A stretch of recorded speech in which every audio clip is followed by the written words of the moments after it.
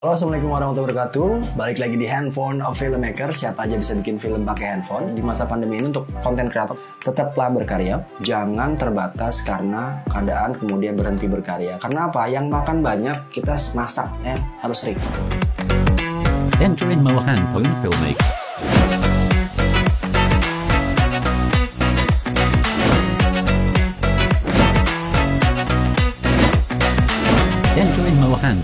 Handphone Filmmaker, siapa aja bisa bikin film pakai handphone. Tagline-nya kayak gitu ya.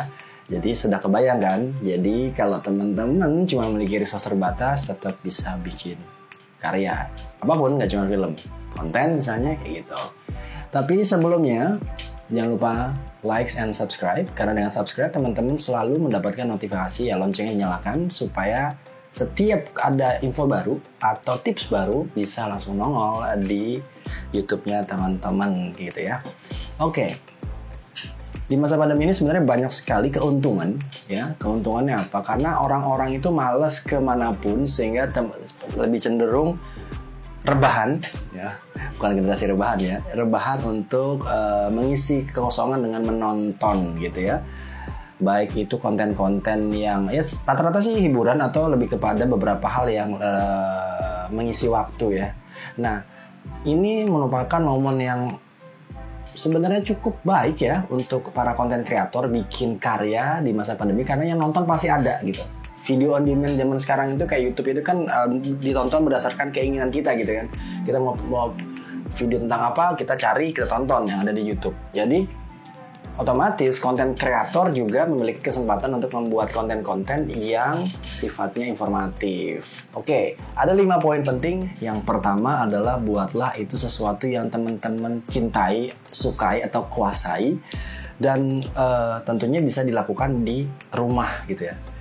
Karena apa? Karena di keramaian tentu kita tidak bisa membuat karya karena berdasarkan beberapa peraturan-peraturan baik pemerintah pusat maupun daerah itu juga membatasi kerumunan.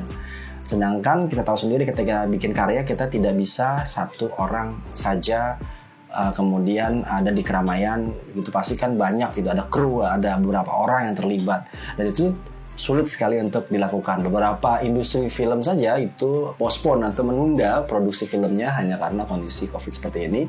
Tentu kalaupun dilanjutkan dengan protokol kesehatan yang ditetapkan oleh pemerintah ya. Itu pertama, lakukan dengan sesuatu yang teman-teman sukai. Misalnya teman-teman sukanya masak, bikin konten masak. Misalnya teman-teman sukanya benerin goes nih sepeda sekarang, bikin konten goes. Kayak gitu ya. Atau teman-teman sukanya ngoprek gitu, bikin konten ngoprek kayak gitu ya. Basicnya adalah teman-teman tahu ya, jadi jangan memaksakan bikin konten yang teman-teman tidak tahu atau tidak sukai. Karena apa? Nanti tidak continuity, tidak berkelanjutan. Bikin satu konten selesai. Tapi kalau itu yang teman-teman sukai, itu bisa berkelanjutan. Itu satu yang disukai ya, seperti itu. Yang kedua adalah, karena kembali lagi tadi ya, semakin orang banyak di rumah, semakin pengen tahu hal-hal yang selama ini dia tidak punya waktu untuk menggali.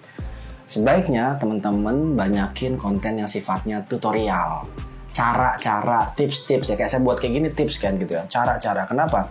Terkadang ketika di rumah nggak bisa kemana-mana, mau kemana-mana dibatasi seperti itu kan karena kondisi pandemi seperti ini, itu sebenarnya bisa menemukan beberapa hal yang membantu teman-teman membuat karya kayak gitu ya.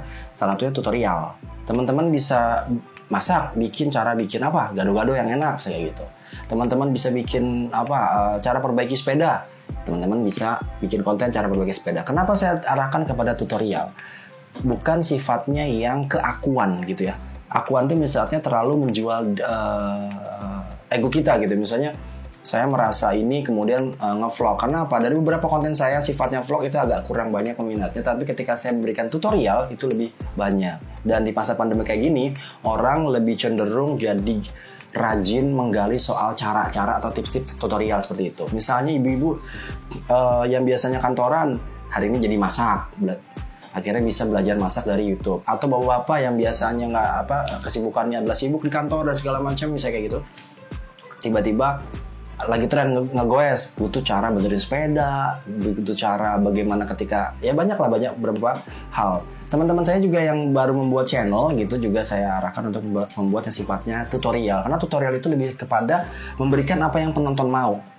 bukan memberikan kepada apa yang kita ingin jual dari potensi diri kita. Misalnya gini, kalau teman-teman punya konten misalnya goes, mohon maaf ya bagi para pembuat YouTuber goes, terkadang untuk baru bangun channel cuman kebiasaannya adalah membuat video yang sedang pakai, misalnya merekam sedang naik sepeda dan segala macam.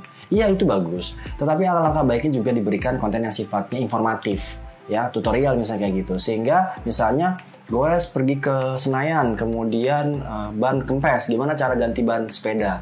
Itu sifatnya tutorial. Dan itu yang sedang fenomena tren saat ini, goes misalnya gitu. Itu bisa bikin konten semacam itu. Itu poin kedua. Poin yang ketiga adalah tentu hindari yang sifatnya banyak orang. Oh bang, kalau seandainya goes itu kan butuh keluar. Oke, lakukan dengan protokol kesehatan. Tapi kalau itu sebagai contoh saja ya. Misalnya bisa aja di rumah bikin konten. Kayak saya gini di rumah aja. Saya bikin konten untuk tips yang sedang saya ada di video ini ya gitu ya. Saya sendiri tidak perlu banyak orang. Cuma di rumah cuma ada keluarga saya. Sehingga itu menghindari kerumitan-kerumitan ketika membuat konten. Jadi jangan membatasi diri kita hanya karena kita kondisinya sedang pandemi, teman-teman. Tetaplah bikin karya karena lagi-lagi yang makan banyak ya. Kita masak itu pasti ada yang makan karena orang-orang lagi-lagi banyakan di rumah. Ya, untuk menghilangkan kebosanan dia nonton konten. Nah, sebaiknya buat konten yang semacam itu. Ya, ini versi saya ya. Kalau ada YouTuber yang lain mengatakan berbeda, ya ini versi saya ketika saya membuat konten. Yang keempat adalah tadi ya sebenarnya pilihlah lokasi-lokasi yang mudah.